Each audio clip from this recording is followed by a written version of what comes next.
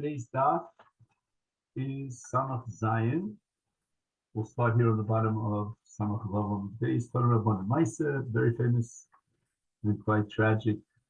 Agadata, the Rabbi Yochanan ben Zakkai Rochev al Chamor, Vayotzim Yushalayim, V'hoy Talmidov Mahalchin Achrav, Ro Riva Achas, he saw a young girl, Shahoy Samalaketes Siorim, she was collecting little pieces of undigested barley to eat. And where did she collect it from? Bein Kulole, the Hemton Shal Arvin, from the excrement of the animals of the Arvin, Kevin Sharasa, also, she saw Rabbi Yochanan Zakkai, Miss Atfo, the Saora, she covered her hair. Kaser Bisha Erva, the Umdal in front of it, she stood in front of him and she said, Umdal Rebbe Parnaseni, I have nothing to eat. Umdal Biti Miat, he didn't recognize her. Umdal Bas, Nakdimon Ben Gurion, I'm the daughter of one of the richest people that ever lived. Homer Lord, Yochanan Zakkai says, Biki, moment shall base of Vichechen Holach, what happened to all the Ashiras, the Ashir Muflag, where did it go? All his money. Now you're suffering from Ra'av. You're dying of starvation. Homer Rebbe, Lo Kidein Muslim Misla. They have a mushal in Yerushalayim, they say Melech Mammon. A person who wants to make sure that his food remains, he puts salt in it, and that preserves the food. And chesed, if you want to make sure that you will not lose your money, give tzedakah. Amile, others have a slightly different version, chesed instead of chesed. And it's the chesed that you do that preserves your wealth. And Rabbi Yochanan Zakkai asks her, what about the extra money that your father-in-law gave for the ksuba as an adunya? What about that money? And Rabbi Yochanan Zakkai apparently knew that they, on her in-law's side, her husband's parents, they did stuck in chesed. On the low, somehow the fact that my father's moment was not used and directed to tzedakah and chesed, somehow that contagiously impacted on my in-laws' money. On the low, Rebbe Zachor, do you remember at Tokshach Samtach Subasi, you signed my ksuba? Omalahem Rabbi Yochanan Zakkai said to the Talmidah, Zachrani, V'shechasamti al ksubasa shalzu, I signed on a ksuba, V'isi koreba, and what we added to the ksuba was Elef alafim dinrei zav midei savir, Chutz mishal chamir, so many thousands upon thousands of gold coins. Bachar Rabbi Yochanan Zakkai Yom Ashreichem Yisrael, how lucky are the Jewish people. B'zman sha'osim ritzono shel mokom, ein kol uma v'loshen shel letes b'hem. That's when they fulfill the will of God. No one could control them and dominate them and subjugate them. B'zman she'osim ritzono shel mokom. And unfortunately, if they're not on the right path, because Hashem's standards for such people, the Jewish people, is such a high demand, Mosra b'yad uma shpela, he gives them over to this low people, the Arvim. Lo biad uma shvela, ella afilu biad the hemton shel uma shvela. So the Gemara is going to now analyze the question of Nachman ben Gurion. Did he do tzedakah or did he not? And from the story of his daughter, it seems that he did not do tzedakah. Samuel going to try to prove that in fact he did do tzedakah, and that's going to be a kasha. All of our Nachman ben Gurion yotzim beso. The Beis Hamedrash clean melis, but you must see him.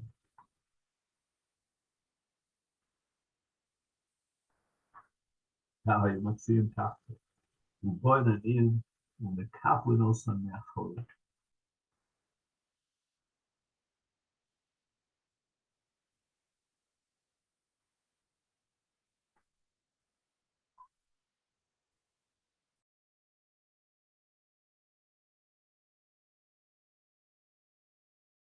The question here on the top of Daf Samach Zayin Amud Aleph, as we start this week, Daf Yomi, is the question of Nakdiman ben Gurion. Did he give tzedakah? Did he do chesed for the aniyim, or did he not? And it seems that when he would go in the streets, when he left the Beis HaMedrash, he was wearing the most expensive begonim. And under his feet, there were matziim tachto, uboin aniyim u'mekaplin also me'achora. So that whatever clothes, beautiful clothes he was wearing, expensive garments, he would allow the aniyim to pick this up after he would go. And that would seem to indicate that he was involved in chesed. So the Gemara is now assuming that although Nakdiman ben Gurion did do chesed, but he only did it because he was motivated for his own cover. And therefore he didn't do it lishma, and he was punished for that. Another possibility as to why Nakdim ben Gurion, although he did tzedakah chesed, it wasn't sufficient. He could have given a greater portion of his funds. He was so wealthy and he didn't do so. And therefore Hashem said that he didn't have the salt to preserve his money. As people say, with gamla shichna. Apparently, people say out there in the marketplace, they have an idiomatic phrase that according to the koach and the chozek, according to the strength of the camel, shichna, that's the weight that you can put on the back of the camel. And a wealthy person is carrying a great deal of weight and responsibility vis-a-vis tzedakah and chesed. Tanya, we learned in the Brisa, Omrav Lozav Rav Tzadok, Erev ben Achama, which is a Lashon Saginar, and he's taking a kind of an oath, and he's saying, really, lo Erev ben Achama, I shouldn't see ben Achama and the binyan of the Beis HaMikdash, in lo re'isiya, if I didn't see the daughter of Nakdiman ben Gurion, shoysam laketes siorin, she was collecting little pieces of barley, miben talfei susim biakel. She was so poor that she took out these little pieces of siorin that apparently weren't digested, and she found them in the excrements of the horses in the city of Akel. And I called upon her the pasuk in Shirashim, and lo te'ilach hayafa b'nashim, te'ilach b'ikvei atzon re'iyas k'diyosayach. That if Knesset Yisrael does not know to put its heart to preserve and observe the Torah and the mitzvahs, then at the end, they will be shepherding ikvei atzon. What is ikvei atzon meaning? The back of the tzon, the back of the animals. That's where they're going to look for little pieces of undigested food. Al tikri g'diosayach, says Rabbi Loz ben Tzadok, el g'diosayach.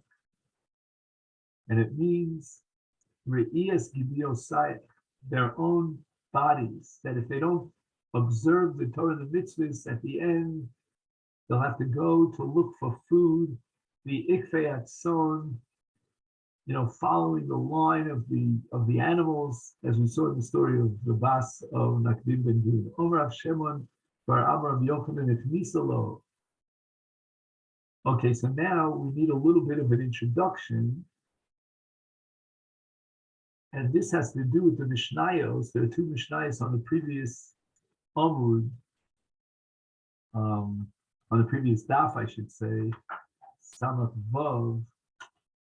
We have a Mishnah on the bottom of daf Samach Vav Amud Aleph, and a Mishnah on the top of daf Samach Vav Amud Beis. And this Mishnah and its previous Mishnah addresses the issue of monies that she brought in to the marriage. And the basic principle is that if she brought in monies and possessions that the husband could benefit from, then when they evaluate these possessions of the ksuba, they add up to a third of its value. If, on the other hand, she brings in possessions into the wedding, into the marriage, that will go down in value, then when we evaluate from the get-go the ksuba, the money of these nechasim, then we diminish them, we reduce them by 1/5. So it's always going to be either to add a shlish or to subtract a chomish. Amrav Shemen bar Abba Rav Yochanan, v'chnisa lo zahav. If she brought in literally pieces of gold, it's not an official currency.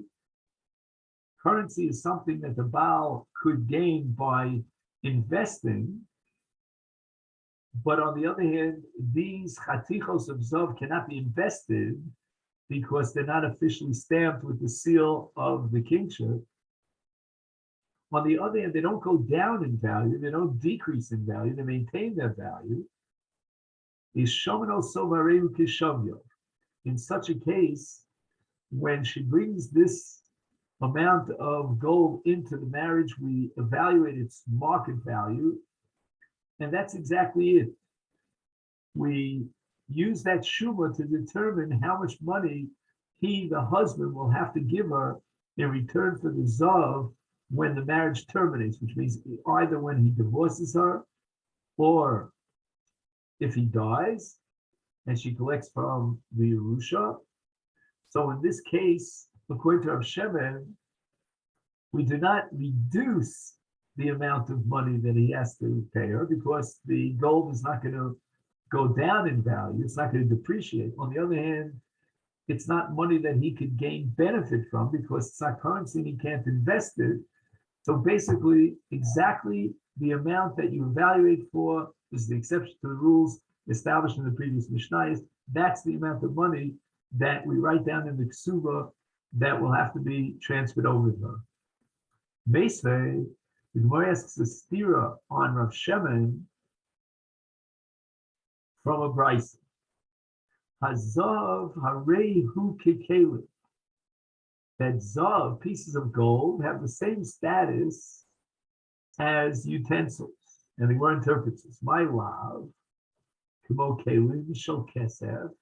Shouldn't we assume that the equation in the brisa is to vessels that are made of silver, depachasi, that as you use them, some of the silver gets rubbed off, and with the passage of time, it depreciates in value.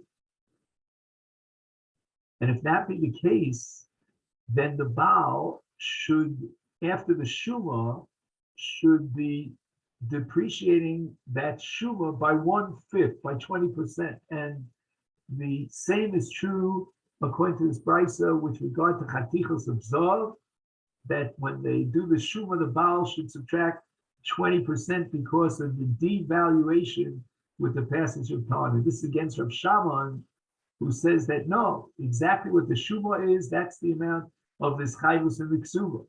And where it says lo, that's not what the equation of the brisa was, kikelim, but rather kikelim shel zav the lo pachasi. That if you have gold vessels, they do not depreciate with the passage of time. And the reason for that is because people don't use them. They're so expensive and valuable that you don't want to use them. And therefore, there's no assumption that with the passage of time, you're going to rub away some of the gold. And therefore, once again, the point of this brisa, like Rav Shemen that we had before, is that the Baal within the framework of the ksuba does not have to depreciate by 20%. So the Gemara says the following. I don't get it. If that's what the brisa is telling us, when it says that Zov Kikelim shall Zov, Kikelev miboile. Why does it say Kikelim, implying that these pieces of Zov are being compared to other types of vessels? If it was the same type of vessel made of the same material, it should have said Kikelev, And furthermore, it's difficult. Tanya, we have another brisa that says Zov Hareu Kekelim. Again, that we saw before, but it adds Dinrei Zov Hareim Kiksafim. So it means the following: that if you have pieces of gold that she brought into the marriage, then this chayvus of the Baal in the ksuba is Kekelim. The Gemara is going to explain what that means. But if she brought in currency of gold, then that could be used in the shuk. You could use it to buy and sell, and areikik sufin, which means that since the husband has the ability of investing this money, because it's recognized legal tender, legal currency, therefore he has to add a shlish. That's in the case of currency. But Shimon Gamliel Omer, b'makom shenagu shelo lefartan, shaman osan bareim d'shavyeim. So Shimon Gamliel is arguing here. We don't know exactly what he's arguing on. That's going to be the sugya. But he formulates the position that there are areas, locales, where they don't take gold coins over to the money changer to change them and cash them in for dinrim, for currency made of gold, made of silver or of copper. And then, Hare Shomanosan Haren Bishavyein.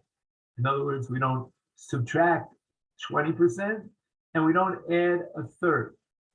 In fact, the Gemara, Rav Shimon Gamliel, I don't get it. What part of the brisa, what din of the brisa is he commenting on? If you're going to say a sefer, if he's going on the last statement of the brisa, which is like the dinrei zav, that arenkik sofit, that you have to add a shlish, comes along with Shimon Gamliel and he says no, that since they're not noed to cash in and exchange these dinrei zav in that particular locale, therefore you don't add a shlish. You can't make any money, you can't invest it, because there's no exchange rate for such gold coins. The Gemara says, if that's the interpretation of Shimon Gamliel, then we can, by detective work, we could say Mechalal, when we want to compare Rav Shimon Gamliel as the dissenting view to the Tanakama in the first view, the Tanakama is therefore saying that we add a shlish, and afilu mokum shenogim shel parton. How could that be if it's a locale where they don't exchange that money? Is holonafki. He cannot use that money out there in the marketplace invested. Why would the Tanakam insist that you add a shlish? Elolav, we have no choice but by process of elimination. Our ratio, we have to assume that Rav Shimon Gamliel is going back to the ratio where it says Zav Hareu Kikelim. And now we can begin to understand the Machlokas Tanoim in this brisa. What is the Machlokas being presented here in the brisa? Tanakama, he holds that Zav Hareu Kikelim. And what does that mean? My Kalim, it means Kalim Shel Kesef, that you use, and with the passage of time, they become slightly disintegrated, and they go down in value, and therefore the Baal subtracts 20% from the Shuma of these Kalim, and therefore the Chatich of Zav also are going to be used on occasion, even though they're expensive vessels. They're also therefore going to go down in value, and therefore we subtract and reduce the Shuma by 20%. Comes along with Shimon Gamliel and he disagrees. We said that Dinrim Shel Zav, in areas where they don't exchange them to lower coins, is the Shuma is exactly identical with what he's mischayev in the ksuba. There's no tosefes of a shlish. And this is going to be a kasha on Rav Shaman, because Rav Shaman says that with regard to Chaticho Zav, we are not poches miaksuba. The Tanakama is saying, yes, we are poches miaksuba. We usually pass him like the Chachamim, like the Tanakama. So again, just to summarize, the reinterpretation of this machlokas in the Brisa is with regard to Zav. What is the status of Zav? Should we assume that Zav is like Kalim? And that's the Tanakama Shita Yapoches Mitsuba Mishumas Haksuba 20% of Chomesh. And that's true not only for gold coins, but also for Chatichos of Zav, right? Bricks of gold or pieces of gold. And we reduce them by a Chomesh. And Rav Shimon Gamliel is saying, no, we don't reduce pieces of gold by a Chomesh, because apparently they hardly use them and they don't in any way disintegrate. And since it's a place where they don't usually exchange this, so the bottom line is that Chatichos of Zav, Shavim Keshovyam, according to Rav Shimon Gamliel, Chachamim say no, we reduce it by a shlish, and that's against Rav Shammai. Moritz says low. That's not the interpretation of the Brisa. We olam aseifa. Let's go back to our original assumption. Rav Shimon Gamliel is arguing on the seifa where it says dinrei zavarein kiksafim. Udinafke. You ask me, can you exchange them? Can you not? Can you use them and invest them? It depends. It's al yidei chak. Most people will not want to deal with these coins. They're too expensive. But al yidei chak, if necessary, you'll always find someone out there, some money changer who will be willing to exchange it. Since you could exchange them, at least the docha is mashbechina law. Therefore, we want to add a shlish to the ksuba because the Baal, could gain by investing this money. He'll always find some money changer out there in the market who's willing to exchange dinrei zav. Umar Sover, Rav Shimon Gamliel holds Kevan Delo Nafki Ela Yidei Chak. You really have to look here and look there. It's going to be Docha Gadol. It's going to be very difficult to do any business and to make any profits from dinrei zav is lo mashbechina lo. Therefore, they're not going to give an extra shlish to haksuba. And according to this explanation, we can say that when the Brisa says Zav Hareu Kikelim, it means Kiklei Zav, and like Rav Shammai, that in Klei Zav, Lo Pochsim Yashuma V'Chatichas HaZav. Ibai say another answer to defend Rav Shammai from the Brisa. Kula, the entire Brisa from beginning to end, is Rav Shimon Gamliel. And we're going to have to add something to the Brisa.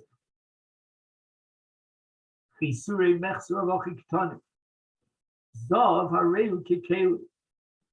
Zav has the halacha and the status of klei zav that we don't add or subtract, as we saw according to Rav Shammai. Dinrei zav, however, harei and kiksafim, that you have to add another shlish. From says Rav Shimon Gamliel, v'makom shenagu l'partan, and v'makom shenagu shelo l'partan, shaman osav harei b'sham yeyem. Rav Shimon Gamliel Omer, v'makom shenagu shelo l'fartan, shaman osan, v'harei b'sham yeyem. So it comes out that Rav Shammai Bar Abba is exactly like Rav Shimon Gamliel at the beginning of the Brisa, the Chatichos HaZav, that since you very rarely use them, they're so expensive, therefore we're not going to be poches them the normal chomish. The Gemara asks the kasha now of both answers. What about the second kasha that we raised? It should have said that it was like K-love, its own Kalim, meaning made of the same material, which means of Zav. Why does it just say K-Kalim? Should have said K-love, kasha. That's a kasha in both answers. And the Gemara now wants to answer both, to defend both answers.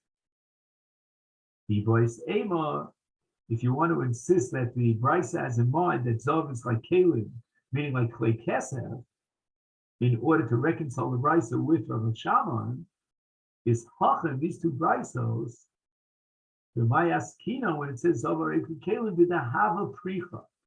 These are small shards of gold, and when you use them, they sort of disintegrate with the passage of time, and therefore they are like Klei Kesef, Shepoksin, And therefore the Baal will subtract 20% from the value. But Rav Shaman is talking about a different case of chatichos of gedolos, not small shards of gold, but rather larger pieces of gold, and therefore lo poksim lo mosifin al shimas. Another answer is Rav Ashi. Rav Ashi Omar bimamla. The Brisa is talking when it says Zov Arevki Kalim like clay kesef, it's referring to small perurim of Zov Dakin that get lost very easily, small like powdered gold and they have the same status as clay kesef, they go down in value, and therefore we subtract 20% from their shuma. But Rav Shaman is talking about that kind of chatichos of gedolos that don't go down and they don't get disintegrated, therefore, exactly as they evaluated, that's how much the Baal is mischai. Now, besides ksafim, what other kinds of possessions of value does she bring into the marriage where the Baal has to add a shlish? Omer Avyane, the samim shal antofia, harein kiksafim. The Baal has to add a shlish to their shovi because these are besamim that are very easy to do business with, and you can make a lot of money from them, and they have the same status as ksafim that can be invested. Omer Rav Shmuel bar Nachmenu Rav Yochanan Gemalim shal Aravia Isha Gova Parnomen.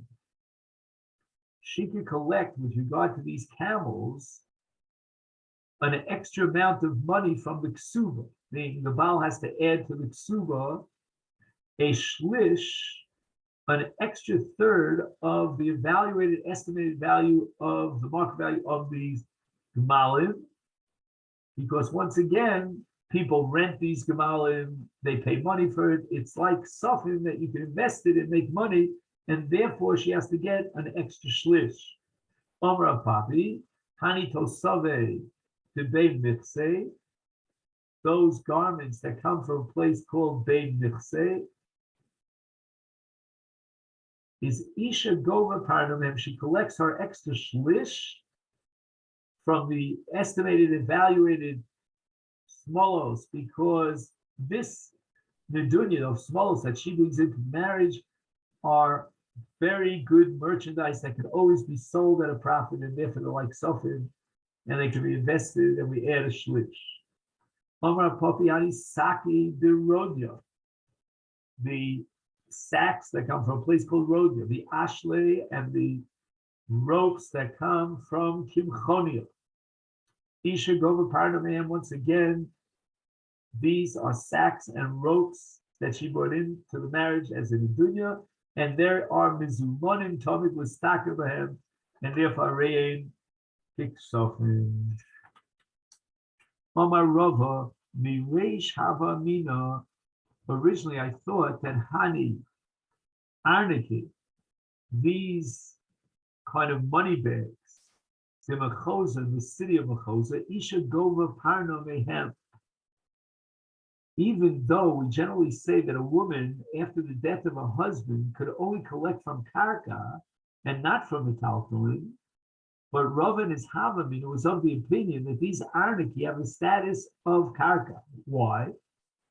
Why should they be Karka? It's clearly Metaltalin. My Taima, Asmachtayu Alay, the Smichas Das. In other words, there were Sochrim, there were business people who use the Arniki de Mechosa. In other words, a woman is always so meches das, when the Baal was mischayvla to the Ksuva to collect from the Arniki de Mechosa, that was a kind of an item that the Shibud of the Ksuva bichal as if it was karka. And the reason for that is because the Smichus das alay. Because Hoyu Hasochrim the Arniki de Mechosa. However, Rava changed his original position. Came in the Chazoy the Shakiru V'Nafki. When I saw that women who were divorced or widowed would collect the Ksuva from the Arniki de Mechosa, V'chi mishtakchi ara zavni bahu. When they would find karka to purchase, they would purchase with arniki de mechoza. Amina. So I began to realize, it dawned on me, says Rava, that they're not being somech on the arniki, they're just using the arniki as machayi le'arahu. Their real smichus das, their betichus, is on the karka. Therefore, as soon as they would have these possession over these arniki mechos, they'd immediately try to buy karka for them. So therefore, they have the status of metalpun, and a woman is not going to ksuba from them. Okay, now we're about to start a major sugya with this Mishnah here on the bottom of Samach Zayin over that. And that's the sugya of tzedakah.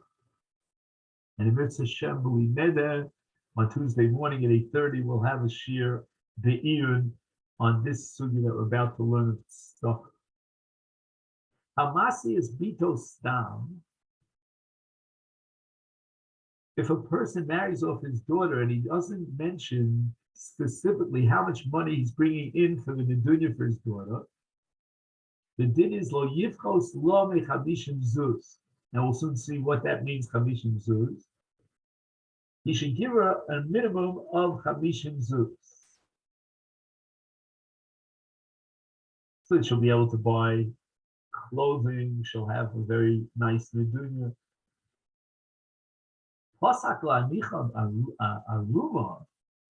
But if the father says to the Baal at the time of the Erusin, I'm not going to give her anything for ksus, for begotten, for clothing, then the din is lo yomar Baal kishachnisena lebesi achasena beksusa.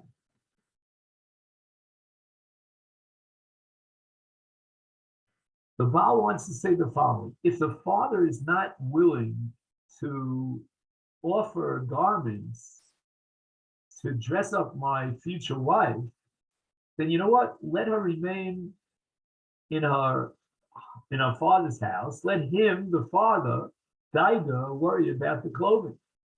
I'm only going to buy her clothing when she comes into the chuppah and leaves her father's rishus. No. He's not allowed to say that, but rather, he, in the framework of Erusin, has to offer her ksus, even though Odena B'Beis Aviyah, she's still in her father's house. Now he quotes in the footnote Piskei Riaz that Achasena B'Ksusi El Mechase, he adds the word Kishabol Lekonsa. And that changes the whole pshat in the Mishnah, because then he's saying that he doesn't have to buy her garments when she's an arusa living in her father's house, but rather when he's ready to take her into the chuppah, he should clothe her for the sake of the chuppah. So we're going to see if we can work that out as we go through the suit. The Now the Mishnah is making a jump, an analogy. Till now, we've talked about a man giving an nedunya for his daughter when he marries her, and now we're going over to Gaboy Tzedakah, Hamasi Es Hayisoma. We need the Kupa Shel Tzedakah for the funds to marry off an orphan girl. Lo Yifchos Lo Michamishim Zuz. The same halacha applies, a minimum of 50 zuz. And apparently, the way that the Yushalmi in our Perek explains this Mishnah, it means that even if the Kupa of Shel Tzedakah does not have that sum of money, they should actually borrow money in order to marry her off. In Yesh Bakis, if the kiss of Tzedakah has a larger sum of money, even more than Chamishim Zuz, is Mefarnes Solufich Voda. Then we should give her a nedunya to marry her off, this is Soma, even more than 50 zuz. Lefich Voda Haroilo. Omer Abaye. He cannot misunderstand the Mishnah that Chamishim Zuz means Kesef Tzuri, but rather Chamishim Zuz Pshite. Pshite means Kesef Medina, Zuz HaMedina. which is 1/8 the value of Kesef Tsuri. And the Gemara clarifies this. Mimai, how did Abai come to this conclusion?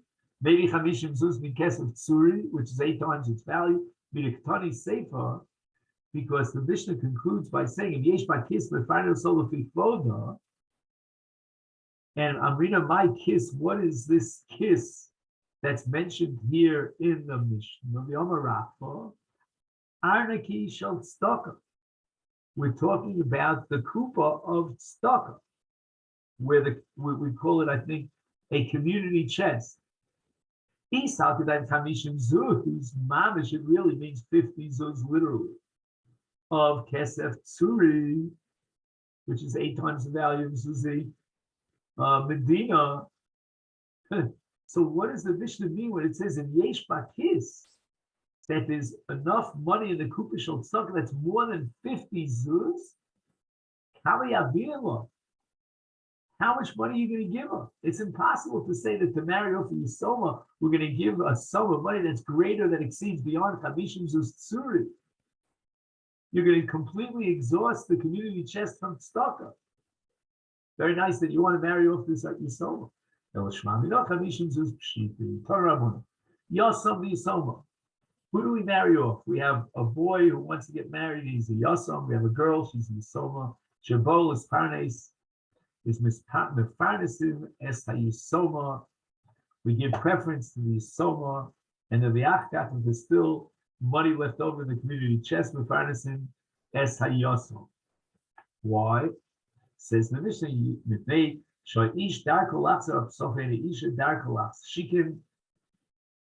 she cannot face the humiliation of knocking on doors and panhandling.